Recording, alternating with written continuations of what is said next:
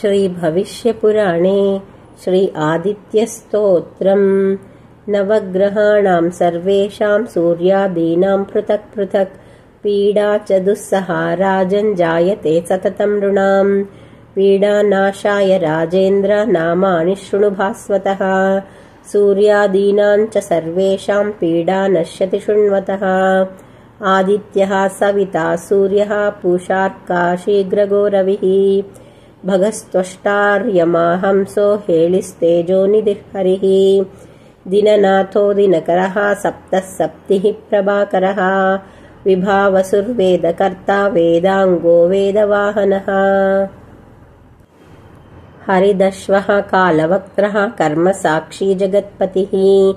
पद्मिनी बोधको भानुर्भास्करः करुणाकरः। द्वादशात्मा विश्वकर्मा लोहिताङ्गस्तमोऽनुदः। जगन्नाथो रविन्दाक्षः कालात्मा कश्यपात्मजः।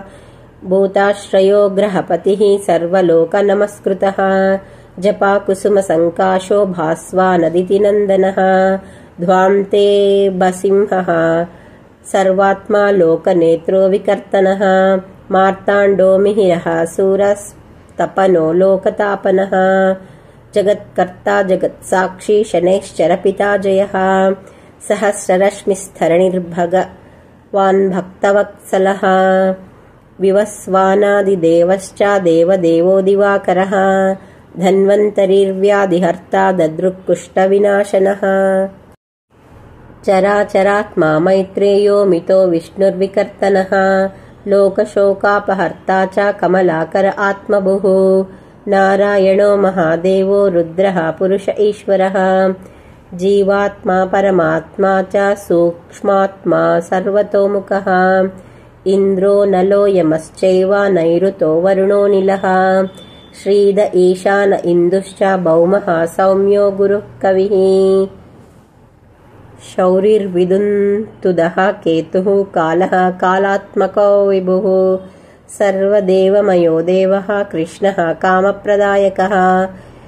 य एतर्नामानिर्भिर्मत्यो भक्त्या स्तौति दिवाकरम्। सर्वपापविनिर्मुक्तः सर्वरोगविवर्जितः।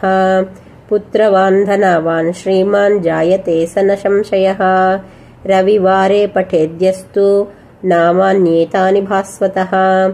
पीडा शान्तिर्भवेत्तस्य ग्रहाणां च विशेषतः। सद्यः सुखमवाप्नोति चायुर्दीर्घं च नीरुजम्। इति श्रीभविष्यपुराणे श्री आदित्यस्तोत्रम्।